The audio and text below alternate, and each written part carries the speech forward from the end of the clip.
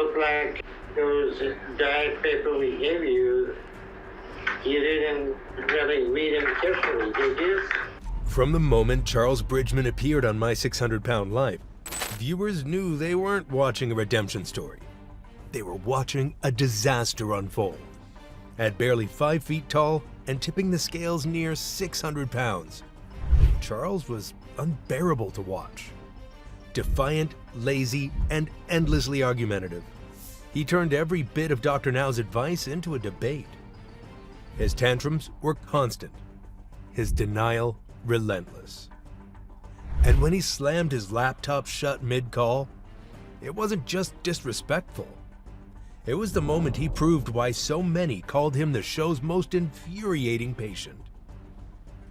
I'm about to blow up. And we gave you 3 months to change your eating habits and have productive weight loss. So what is the purpose of that, Charles? And answer the question. The fall of Charles Bridgeman. Before the world knew him as the man who slammed his laptop on Dr. Now, Charles Bridgeman was just another soul quietly drowning in his own body. His story didn't begin with anger, it began with pain. Charles once had dreams, laughter, and a life that stretched beyond the 4 walls of his home. But somewhere along the way, food stopped being a source of joy and turned into his only escape. Every meal became medicine for emotions he didn't know how to heal. With each bite, the comfort came, and with every comfort came another layer of weight that would soon anchor him to his bed. By the time TLC cameras entered his life, Charles was no longer living, he was surviving. Every morning began the same way.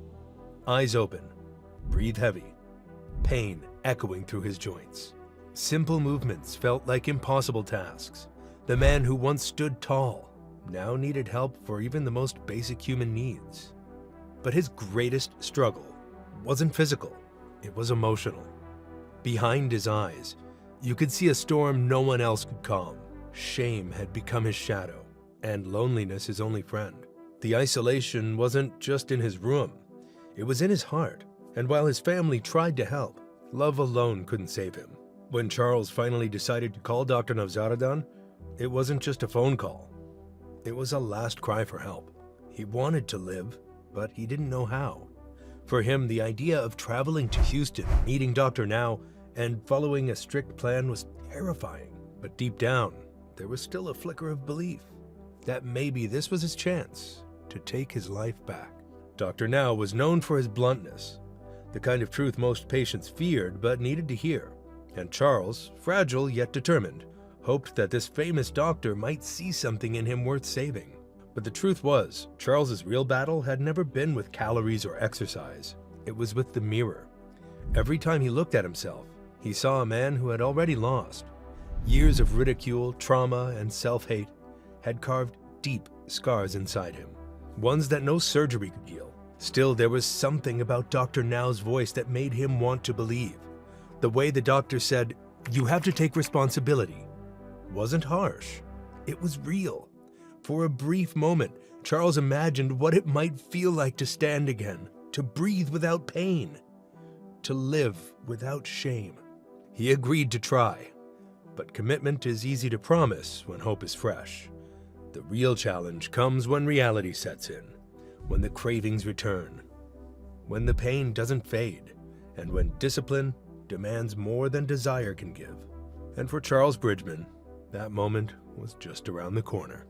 Because when Dr. Now entered Charles's life, the fight for change had only just begun, and it would soon test not just his body, but his very will to survive. The Dr. Now intervention.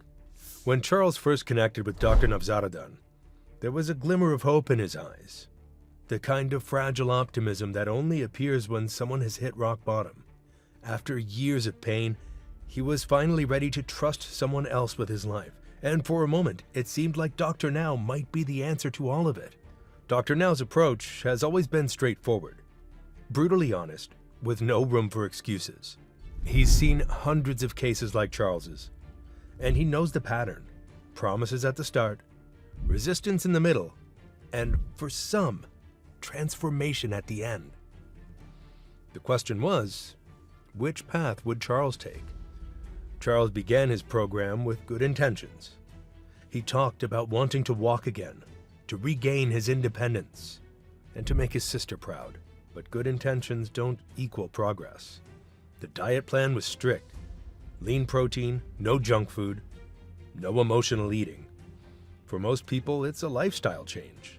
For Charles, it was a complete identity crisis. Food had been his comfort, his escape, his best friend. And now Dr. Now was asking him to say goodbye to the only thing that had never abandoned him. The first few weeks were filled with tension.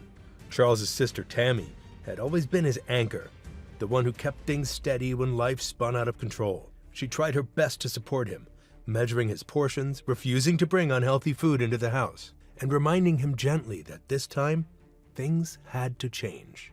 But every no from her sounded like betrayal to him. Their relationship, already strained, began to crack under the weight of frustration and guilt. Charles would tell the cameras, "I'm trying, I really am." But viewers could see the exhaustion in his voice. He wanted results, but he didn't want to face the truth. That change required pain, discipline, and sacrifice. Dr. Now began to notice the inconsistencies. Missed weigh-ins, excuses about faulty scales, delayed calls. When Charles did show up, his progress was minimal, and Dr. Now, never one to sugarcoat, confronted him head-on. "Charles, you're not following the plan," he said in his firm, calm tone. "You can't lie to yourself and expect change. The scale doesn't lie."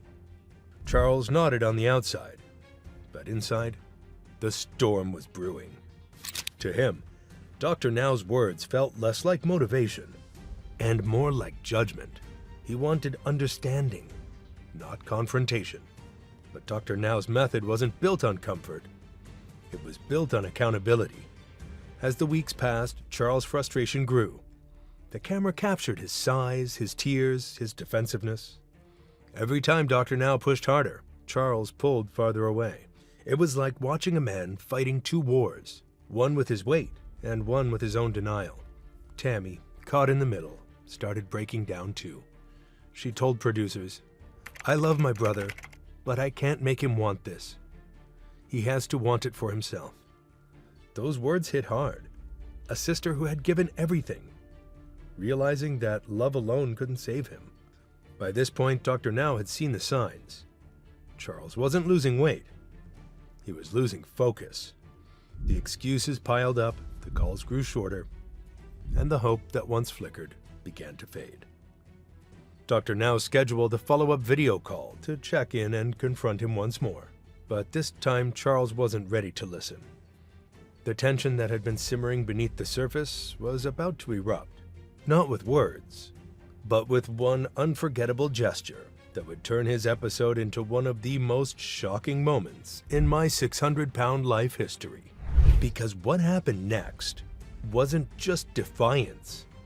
It was a cry of anger, frustration, and heartbreak that no one, not even Dr. Now, saw coming. The laptop slam heard around TLC. It started like any other check-in.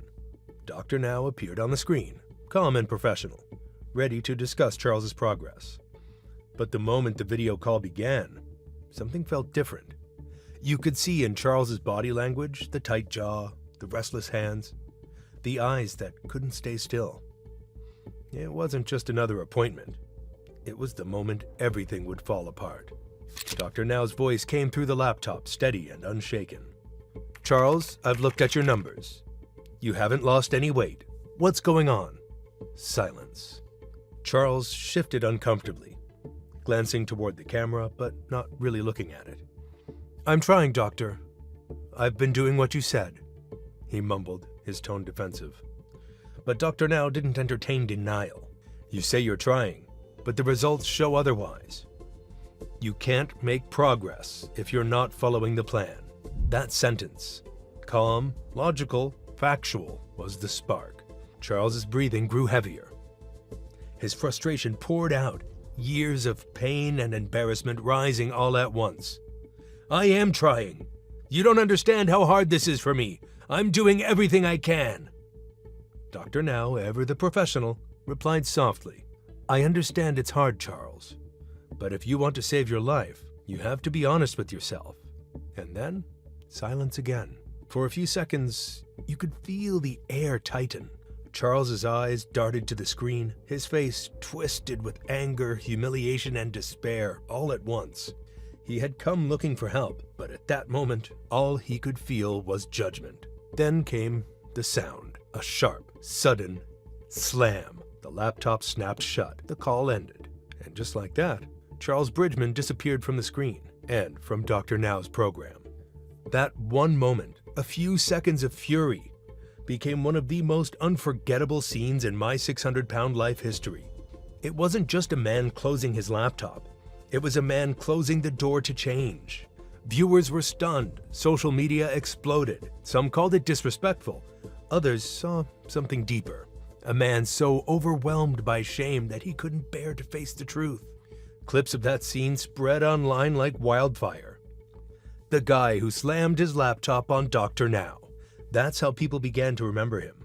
But behind that viral moment was a human being on the edge of breaking. When Charles slammed that laptop, it wasn't out of arrogance. It was out of pain. The pain of feeling misunderstood. The pain of carrying the world's judgment while trying to carry his own body. For years, food had been his escape. Now, even that escape was being taken from him. And so, in that single moment of anger, everything he had worked toward, every ounce of hope, every word of encouragement, every promise to change, vanished. Dr. Now, composed as always, simply said later, "I can't help someone who doesn't want to help themselves." These words echoed across the fandom. They weren't cruel, they were heartbreaking. Because beneath the surface, everyone knew Dr. Now did want to help him. But even the best doctor can't save someone who's not ready to be saved.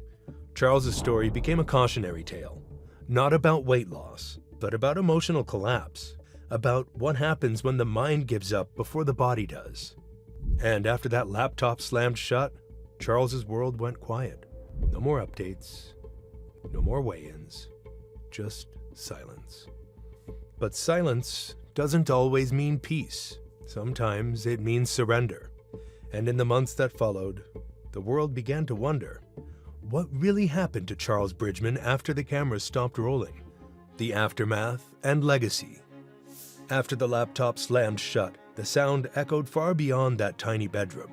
For a few seconds, viewers stared at their screens, stunned, and then nothing. No follow-up call, no reconciliation, just a man and his silence. Charles Bridgeman disappeared from my 600-pound life. TLC aired the rest of his episode with a lingering uncertainty, the kind that stays with you long after the credits roll. There was no success montage, no final weigh-in, no redemption arc. His story ended mid-sentence, like a song that cut out before the final note. For weeks, fans speculated online. Some were angry, calling him ungrateful for wasting Dr. Now's time. Others were heartbroken, recognizing the pain behind his anger. In every comment thread, one thing became clear. Charles's story had struck a nerve, because deep down, everyone understood what that moment represented. The frustration of wanting to change, but feeling trapped by your own habits. The shame of being seen at your lowest. The exhaustion of constantly disappointing yourself. Charles's outburst wasn't just a meltdown. It was a man collapsing under the weight of years of regret. After the show, updates about him grew scarce. No public appearances, no social media activity. He retreated from the spotlight entirely, leaving fans to wonder if he ever found peace. Some claimed to have spotted brief mentions online about his condition improving. Others said he completely withdrew, choosing privacy over publicity. But in truth, no one really knew. And maybe that's what makes his story so haunting, because we're used to closure. We want before and after photos, final weigh-ins, happy endings. But life doesn't always give us that. Sometimes the story just stops. Dr. Now continued his work with new patients, each one carrying their own pain. But for fans who remembered Charles, his name became a symbol of potential unfulfilled, of a fight abandoned too soon. When you look back, you realize that Charles's story was never just about weight. It was about how isolation feeds despair, how denial becomes a prison, and how the hardest person to forgive is often yourself. Tammy, his sister, became the quiet hero of his story, the one who tried to hold everything together when it was already falling apart. Her exhaustion was visible, her love undeniable. In many ways, she carried the emotional weight Charles couldn't. And while Charles's episode ended abruptly, his story continues to echo across viewers' minds. Because everyone has a version of Charles inside them. The part that gives up too soon. The part that feels misunderstood. The part that slams the metaphorical laptop on life when things get too hard. Charles Bridgeman may have left the screen, but his story didn't disappear. It became a mirror, one that forces us to confront the question we all fear most. What happens when help arrives, and we still can't accept it? Charles Bridgeman's story isn't just another episode in a reality show. It's a reflection of how fragile hope can be when buried beneath years of pain. His journey reminds us that transformation is never just physical. It's emotional, spiritual, and deeply human. Behind that viral moment was a man who wanted to live, but didn't know how to begin again. Because sometimes the heaviest weight we carry isn't on our bodies, it's on our hearts. Charles's story, though unfinished, reminds us of one simple truth. Redemption is never impossible until we stop believing in it. But what do you think? Did Charles find peace in the end? Or was he still searching for it? Share your thoughts in the comments. I'd love to hear your take. If this story moved you, consider subscribing and leaving a like. It really helps the channel grow and keep stories like this alive. Thanks for watching. And remember, every life has a second act. Sometimes we just have to believe it's still coming.